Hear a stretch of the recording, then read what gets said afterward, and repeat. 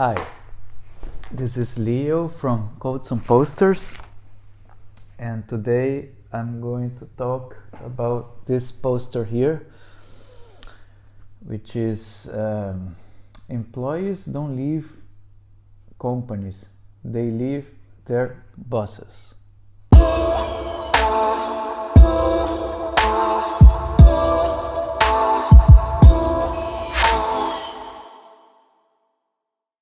So, what do I say about this quote? I think is interesting. Is that in my case, this is really true, because I worked for more than 15 companies.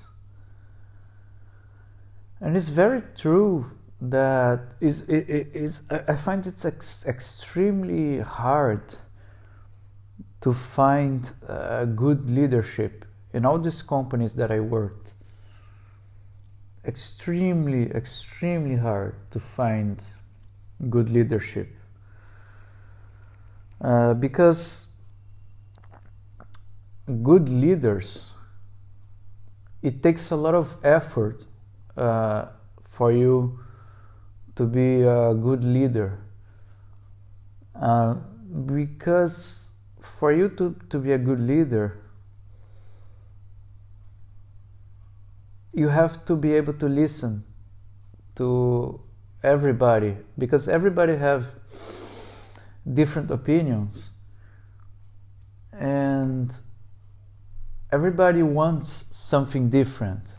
When you're dealing with a team, everybody wants something, everybody have their own ideas about how things should be done, right? This is teamwork. Obviously everybody's gonna have different ideas. And I think the job of a leader should be to try to find a balance about what everybody wants and what is actually the main goal that you're trying to achieve, and try to see if you can have a balance to achieve this goal so everybody can actually work together and can collaborate together, even though there's obviously there's gonna be you're gonna have to let your team knows that there's going to have everybody's gonna have to sacrifice a little bit of what they want, because you can't, in a teamwork, when you're working in a team, you can't actually have everybody 100% happy, and you can't have everybody on the same page every time. But you can't also have everybody unhappy, right? So for example, when you're talking, and that's why leadership is something extremely difficult and it is extremely hard, is because the leaders, they don't take the time to actually go through each person, and they don't take the time to talk to them about and ask them what they think about the company and what they think about their roles. They don't take the time to actually, and even it also happened to me many times that, you know, these companies, they try to apply, they try to they try to create this HR things, like, because sometimes when you got a company, when you have a very very big companies, you got like everything structured in levels, and you try to the companies, they organize this one-on-ones sessions, and I've been through some of those in some of the companies,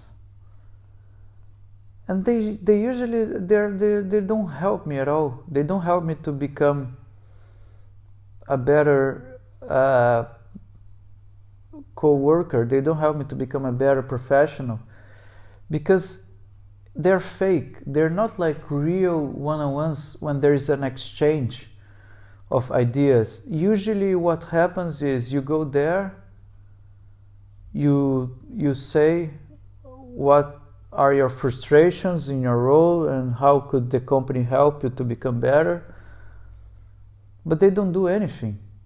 And then usually it's the other way around. Then usually your boss tells you what you should do to become better, and it's always what they want. It's never a partnership where there is a compromise between what they want and what you want, and you're both collaborating together, right? It always felt like this in a way. So it always feels that you're there because you're getting money and you have to do whatever they tell you to do because you're getting paid for it. Always feels like that. All the jobs, and obviously it always sucks. It always feels, at least for me, it always felt that every job that I had sucked, because every job that I had, I was there just doing whatever craziness was happening in the work, and it was always very disorganized, always very chaotic, always very counterproductive, and I always felt that I was not giving the best that I could be giving because of the circumstances of the place, because I couldn't. There was no way I could give my best, because I was dealing basically in a mediocre environment where I couldn't be pushing myself, because the whole thing was already a big mess. The whole organization and structure and the way of things were already a big mess. And it's so incredible that every job that I had was everywhere was the same. Like, and then you just realize that you're jumping from company to company to company, and it just feels like the same. And it's even you jump from country to country, and it feels the same. Like every country has the same thing, every company has the same thing, every organization, and it also is not even a matter of the size of the organization. So I worked with small organizations and I worked with big organizations, and it's always the same.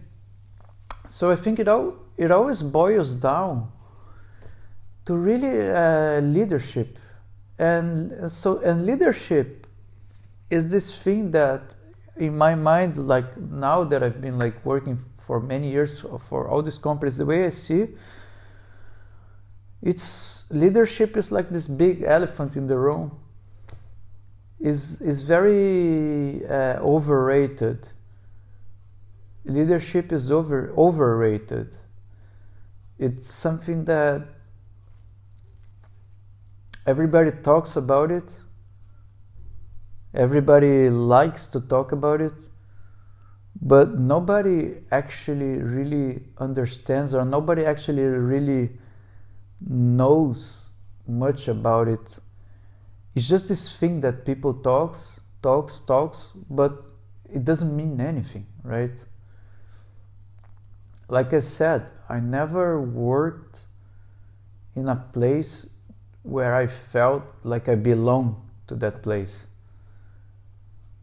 And I think the reason is because of lack of leadership. It cannot be any other reason. Because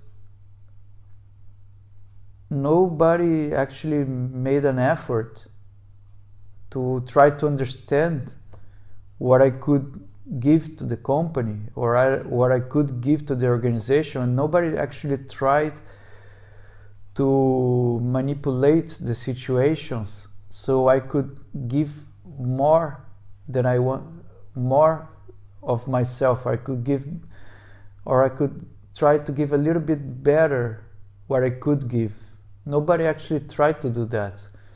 It always felt like I'm not giving my best, and even if I try to give my best, the company doesn't want that, didn't ask for that, they don't need that.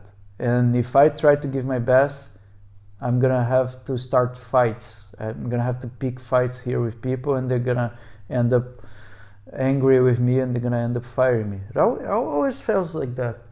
And many times they fired me, many times. Exactly because of that, because I felt like I had to fight with the team and with people to be able to do a great work, so yeah, it's very frustrating. But what does this have to do with the boss, right? Well, basically, you see, a company is a collective of people. Is a lot of people together trying to accomplish something, right? And sometimes people they go to a job because of the company, right? They like the company, they like the value of the company, they like the product, or they like what the company actually is able to provide. They like maybe is like a famous company, you know, like one of these big top companies in the world. For whatever reason, people take a job at a company, and they really try to work hard because they love the company, but then they realize that they cannot move, they cannot advance in their career, they cannot do anything because they're stuck in an organization with a bad leader, with a bad boss, and this boss is not interested in knowing, is not interested in making that person progress, so they just get stuck in life, and it's really bad, you know, it's really sad. It's a big problem, you know, it's a big problem. That everybody faced these problems, you know, and that's why some people they just want to they just want to work for themselves. They don't want to have a boss, because it's really terrible when you have like someone there actually numbing you. Is a really bad feeling, you know, when you have someone that actually doesn't appreciate your contributions, doesn't value your work, and you feel like you can't progress in your career. Is a terrible feeling. it's bad for your self-esteem, it's bad for your career, what you want to do. You know, it's terrible. So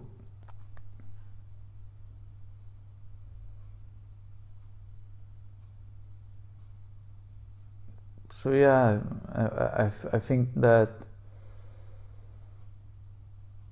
if you want to be a good boss, you need to talk to your team. You need to be always in touch with your team, and you need to be able to work together, a plan with your team, where everybody feels that they are contributing and everybody feels that they are progressing in their careers.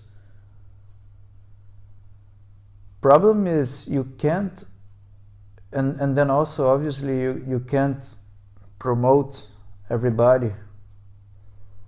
And obviously in a teamwork, there's always this person that you know, tries to manipulate the whole team and tries to tries to become the leadership by example, you know, and then just tries to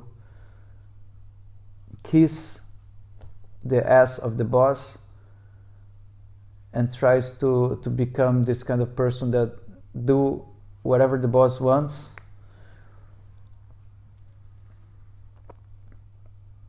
And just try to manipulate themselves to become this kind of right arm for the boss. And then these are the people that actually end up getting promoted, leaving the rest of the team behind. And they work not thinking about the company, they work thinking about themselves, but they manage to manipulate the entire situation so that they are not perceived like this. They are perceived like team workers. And I've seen this happening from time to time. I've seen this movie before, and it just create a toxic work environment, which is terrible. Yeah, and it's just something that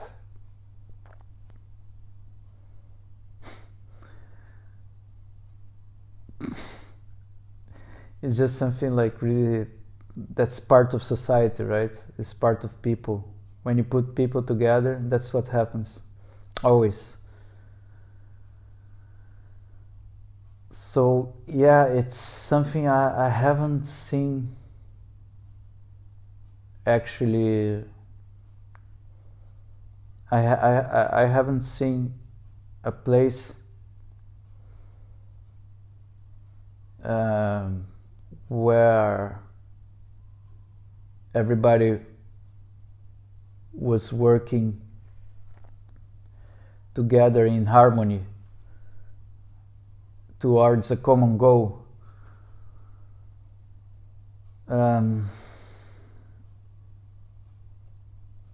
I haven't seen that. It's always, everywhere I worked, it always has been like very, very political, you know. Always people gossiping here and there. And I never enjoyed being part of that, you know. I never enjoyed this thing. In fact, I hate anything related to corporate culture, you know. I hate it. I hate it. I just can't stand gossip, and I just can't stand this small talk, and these things. I like when we're focused, I like when we're trying, at least me, I'm trying to do my best. But yeah, it's terrible. I think it's something that it happens everywhere, and again, I think it's something that happens because of lack of leadership. I think it's lack of leadership, because people cannot disagree. They cannot find a balance, they cannot find an agreement. They cannot find a balance, and try to negotiate with each other, and they cannot also put things into trials, like, for example, let's try this strategy, let's try this, let's try this, and they cannot build a meritocracy environment. They cannot put experimental ideas in place. Okay, maybe you're right. Let's experiment like that. Let's experiment like that. Maybe I'm wrong. They cannot actually say that. They cannot recognize that maybe they are wrong. And they cannot try different things and make the whole thing an experiment. Because also the corporate culture also requires you to bring results. And sometimes to bring results, it takes time. And it takes trial and error. So yeah, I think for a teamwork, for an environment where you have like a team working, you have to make it in a way that you can play around and you can somehow fail, You have to make failure a good thing. You have to make failure a good thing. You have to make you have to create a policy of trying out new ideas and trying out new perspectives, because yeah, if you manage to do that, if you manage to create that environment where everybody feels that they're trying everybody else's ideas, and then they see which ideas actually win, which ideas actually bring the best results for the company, then I think everybody, if you can get everybody to agree on that, then I think you have a winning team, because everybody is acknowledging that some ideas might win, some ideas might not, but everybody's giving their contribution towards something, and everybody's learning. At the same time, everybody's learning, and everybody feels that they are engaged, and everybody feels that they are working towards a main goal, right? So that's why I think for leadership, that a good leader should be very humble about that, and I think a good leader should promote the culture of experimentation, where maybe you're right, maybe you're wrong. Let's try everybody's ideas, and let's see which ones perform better.